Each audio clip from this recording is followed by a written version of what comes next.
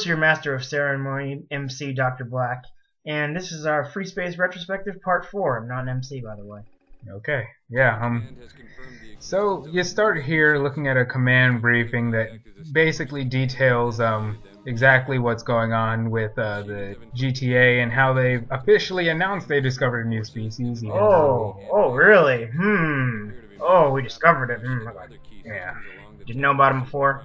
By a likely story. Yeah, apparently. So the Vesuvian government contacted the GTA and ceased fire because, well, everyone's dying and it's okay to work together if someone else is killing both of you. You know, I'll say this much. I get the feeling the Vesuvian government didn't know about the achievement yet. Yeah. I get that. The Terran government, I really get the feeling probably did. But the Vesuvian government, I get the feeling didn't. And I only say that because I feel like we would have gotten more of a hint of it beforehand. Like, the ceasefire, if we had both known about it, I feel like the ceasefire wouldn't have come after that mission we just played. Maybe. I mean, maybe there would have been lessened aggressions. We would have, like, more suspicious activity. Something. I don't know. Something. Something tells me they were kind of in the same situation where we were, where they might have kind of known, but no one other than the higher-ups really knew, because it seems like the Hammer of Light didn't come out until after. That's kind of the idea that I get from that. Okay, so this mission basically is... oh, actually, wait, look at this. Look at this. Okay, Beta Cygni. First time we acknowledge it. Interesting. Yeah, they actually acknowledged the Beta Cygni jump node in this mission instead of creating a node inconsistency with the node map. So basically, this mission, it's pretty straightforward. You just go defend the Galatea from asteroids, basically, which sounds lame, but the Galatea is actually pretty big, so asteroids actually do affect it. Think of the Star Wars Empire Strikes Back when the Star Destroyers were navigating the asteroid field and they had to destroy asteroids. It's the same concept. Like, if you go through this mission, like, with the idea that you really don't have to worry about the asteroids that much, you're in for a rude awakening, because the Galatea can be destroyed by the asteroids alone. Yeah, I've actually never had that happen, though. But it's as long as you're trying to do something with the asteroids, you'll be fine. Yeah. Pretty much, this mission is pretty straightforward. It is one of the another one of the more unique missions that keeps it from being stock unknowns that you can attack. But it's one of the more unique missions. As you notice, I go to the ship selection and I decide to choose the Valkyrie Interceptor mainly because I like the extra speed that you get. And in hindsight, I probably should have switched my missiles to Fury because they can actually hit asteroids. Folks, let's be honest here. There's not much to talk about for this mission. You're just kind of destroying asteroids, defending the Galatea when you need to from ship. Don't get me wrong. This is one of the more unique missions. It's not even like it's a bad or a boring mission. It's much just kind of like... There's not much to say here. It's pretty straightforward. Yeah. One thing I would like to point out is that in this mission, as I was trying to rush through it because for time issues, I do get damaged, which makes me almost regret my interceptor choice. I actually get damaged quite a bit in this mission and the next mission. As you notice, I'm already down to 49% because of laziness. And with that, the Galatea jumps out, and we are ready to move on to debriefing. Oh yeah, and you get your first chance in the Bastion. You get to listen to Admiral Shima, who is well. We'll talk more about her in a bit, okay? She's just yeah. And so, we're welcome to the GCD Bastion, and they're apparently on a special ops mission to investigate and acquire Shivan technology. Yeah, the good stuff. Yeah, so we can have not crappy weapons, and we can have shields, and cool sensors and junk.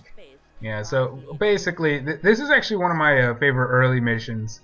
It's really short, actually. At least it feels short. It's called Pandora's Box, which I really like the name of the mission because it kind of does foreshadows a bit. Yeah. This mission seems a lot more straightforward than it ends up actually being from the briefing, because the way they're telling it, like, they were kind of giving you this by the books kind of explanation for how the mission was going to go down, and they kind of already know what's there, so you kind of get the idea that you'll be in, do what you need to do, and then get out real quick. Always expect the unexpected with Shivans. Yeah. That's a good policy to live by. It's strange because the interesting thing about the Shivans is that they don't seem to follow normal protocols. They just kind of, they're unique in that way. Yeah. Like, they don't seem to have any problem just throwing bodies at you. Yeah. So here we're told about the freighters which are going to come and pick up the cargo. And generally speaking, like you said, this seems pretty by the books, but they're going to collect the cargo after you've scanned it. That's important. Yeah. And you commit into the mission, and I actually didn't even check my loadout. Got some Furies and some L16s, which I actually like the choices here because the Fury is better for ships you can't target, so it's a bit simpler. Yeah, that is true. When you can't target something, yeah, the Fury actually is a much more useful weapon. One thing I'd like to point out is that all your wingmates seem a bit on edge. I ordered them to go ahead and go out and attack, so we can hurry up and get this over with, because you do have kind of a eerie feeling about this. And then, as you notice, the objectives automatically failed, and that's because the cargo starts exploding. It's such a lovely sight when you know your entire mission point is just thrown out the window. Yeah, and then wave after wave of Sheevan fighters just come in, and Command finally realizes it's a trap. It's a trap! It's a trap! Thank you, Admiral Akbar. Oh, snap. But you know, this is something I want to bring up here. For a long time, I actually thought that the comm officer here was Admiral Wolf. I thought he was Admiral Wolf, and I'm over in stuck she referred to him as Admiral Akbar. Like, I thought it was Admiral Wolf, but no, it's just some comm officer. Yeah, Admiral Wolf is only in briefings. Only in briefings. Good guy, though. Good guy, though. Better, unlike Shima. Yeah, better than Shima. We'll get to her later. Let me put it this way. If Admiral Wolf was Valve, Shima would be EA. Yeah, SimCity all the way. As you can tell, I'm scanning the cargo containers, trying to get some information, to get something, so we can proceed to the next mission. Yeah, he just told you to get out of there. Let's go. Yeah, I actually destroy the rest of the sentries because I figure, well, why not? They're not going to kill me in enough time where I can destroy the sentries. I was going to order everyone out, but apparently in this mission you do not have command, which was a bit strange because in a lot of the other ones you get command. But after that, I try to get them to leave again. After I can't, I just go ahead and leave and hope they get back. Yeah. And that brings the end of that mission.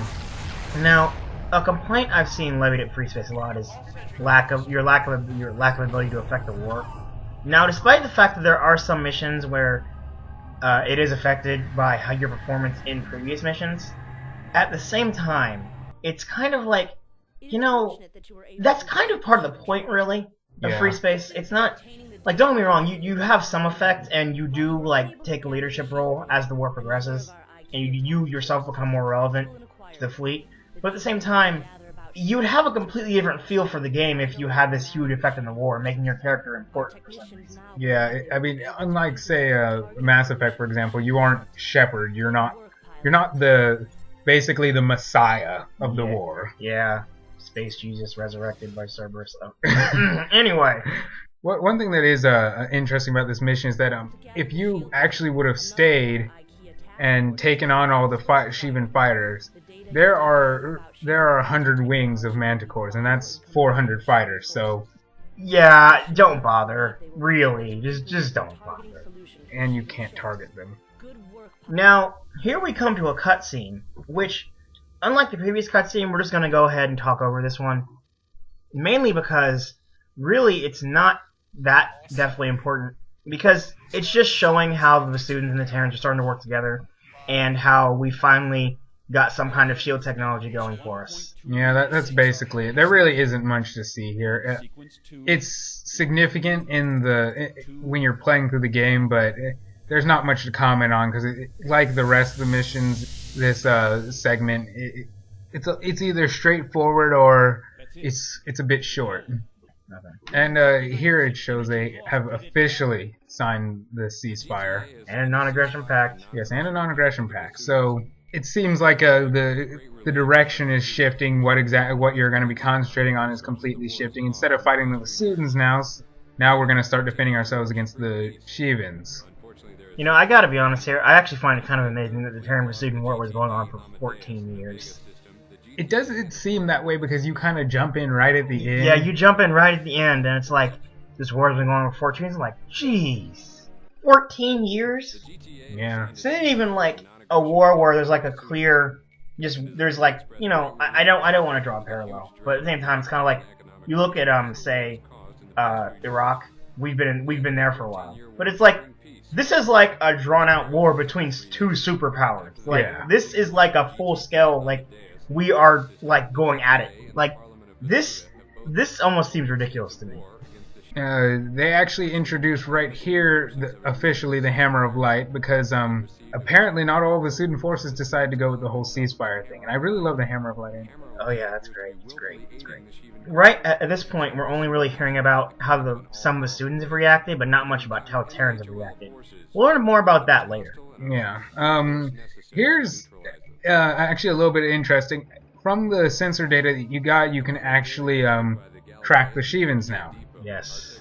Which is good, because before there actually is no way to track them officially. Unless you cheat. Yeah, unless you circumvent that, but that's a whole other story. And now we have the Avenger Cannon, which finally we can more easily get past the Shivan shield. Which was the main issue with killing them, because quite frankly, it's with the bothersome. Yeah, with the ML16, it's not even worth trying, honestly. At least in my opinion.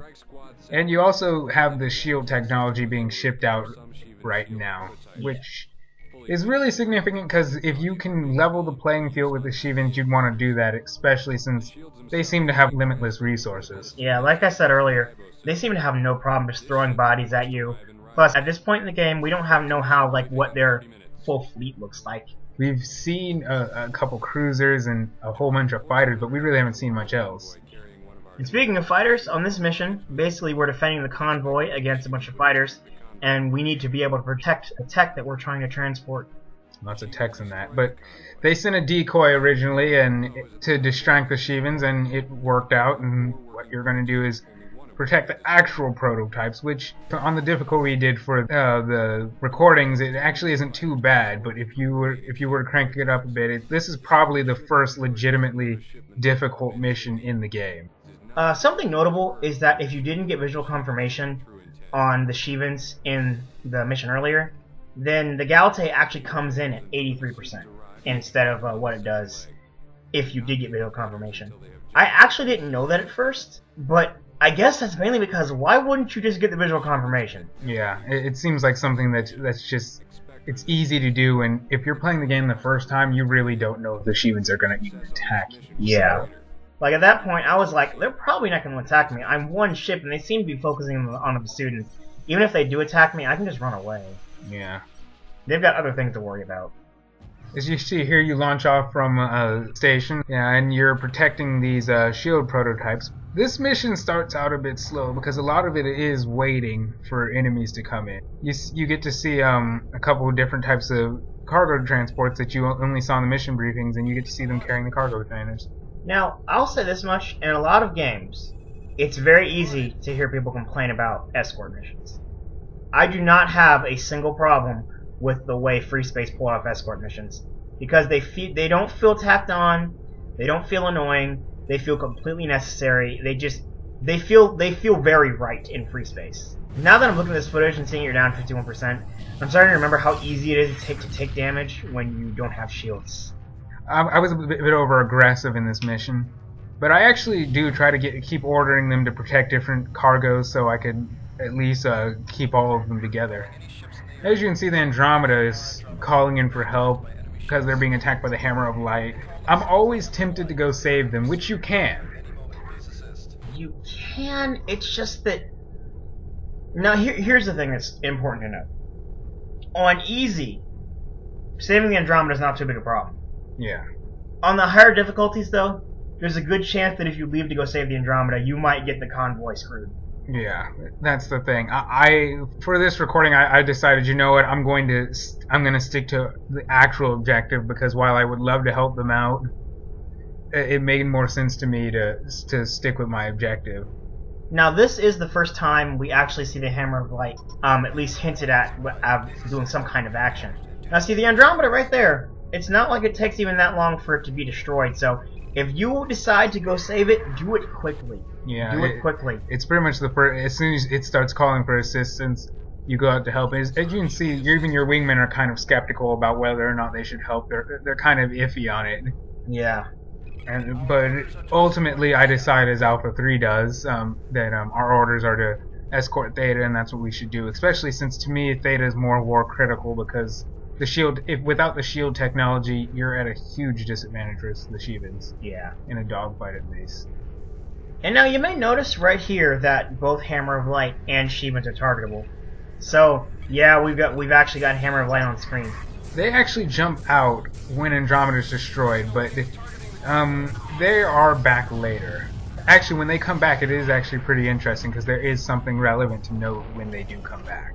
As you can see, I'm just racking up kills here against Basilisk, which once you get Hornets, favorite things to kill because for what they are way too slow. And you'll see what I'm talking about in future missions, but they're really slow, and with any sort of fighter that's more maneuverable, they're really easy and fun to destroy. These things are just fun to kill. Yeah, they're probably the most fun to destroy out of any of the opposing fighters in the gig. It's actually kind of sad because at the same time, because if you let them just like swarm you though, they will like take out a capital ship like it's nothing. Yeah. These things can swarm quickly. But it's not uncommon for them to just start racking up on you and you don't even realize. As you can notice, I play too aggressively. My hull integrity right now is on 25, so not doing that well, but I can finish the mission out. I'm decent enough, so I can conserve my hull integrity. Actually, here, I want to bring up the fact that at this point, we've seen Manticores, we've seen Scorpions, we've seen Basilisks, and have we seen Dragons yet? You see dragons, but you really don't fight one because they come in and then they leave in the Pandora's box mission. Yeah. Now here's the thing. I just want to say this real quick because in the tech room it says we at one time thought the Scorpion was the Shivan's best fighter, and I'm like, no. Yeah. When you see the dragon. When you actually face one the first time, you'll understand why it has the description it does in the tech room. The tech room calls it as much of a threat as pretty much as a cruiser. In fact, if not more. It's like those things you'll see when we get there, but there is a big reason why they are such a threat. Yeah, they are dangerous. I mean, the rest of the Shivan fighters, yes, they have weapons that are just as good, but they don't use them as effectively, in my opinion. And keep fighting more.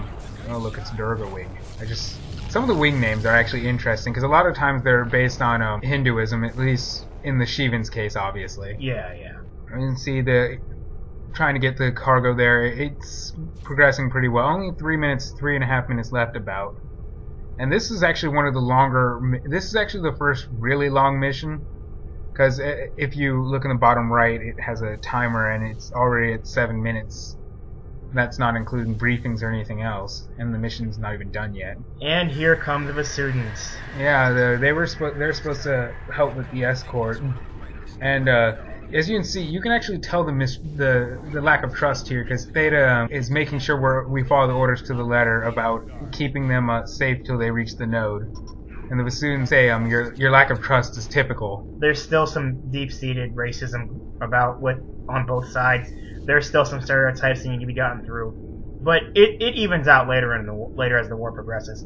Oh, and look at that! Oh snap! Oh snap! And these guys turn out to be Hammer of Light. And something interesting to note at this point, as my hull integrity is down to 3% and I'm near death.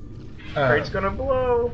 One thing that's interesting to note is that if you, in the previous mission, if you scan the cargo, the Hammer of Light come in posing as friendly reinforcements. If you didn't, they actually just come in and start attacking immediately, which could actually cause you to lose some of the cargo. Because if you notice, cargo gamma, the lowest one, is on 18%.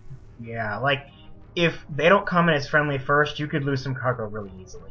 Yeah. Plus, if you know what's going to happen, you can rack in some easily kills on the friendly fighters.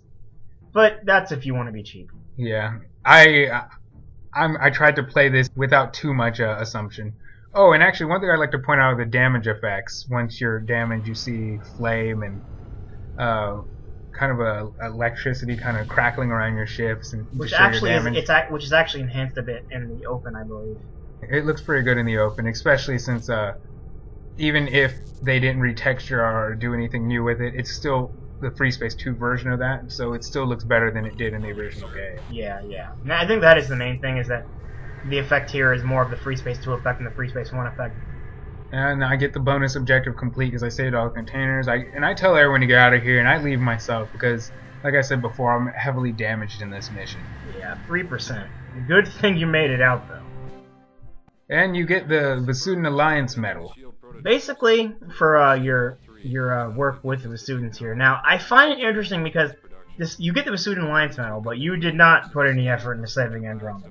Yeah. Which, on one hand, I can say, yeah, I totally get. I feel like they should commend you for not going after Andromeda, which sounds kind of morbid, I admit, saying, good job not going to save those people.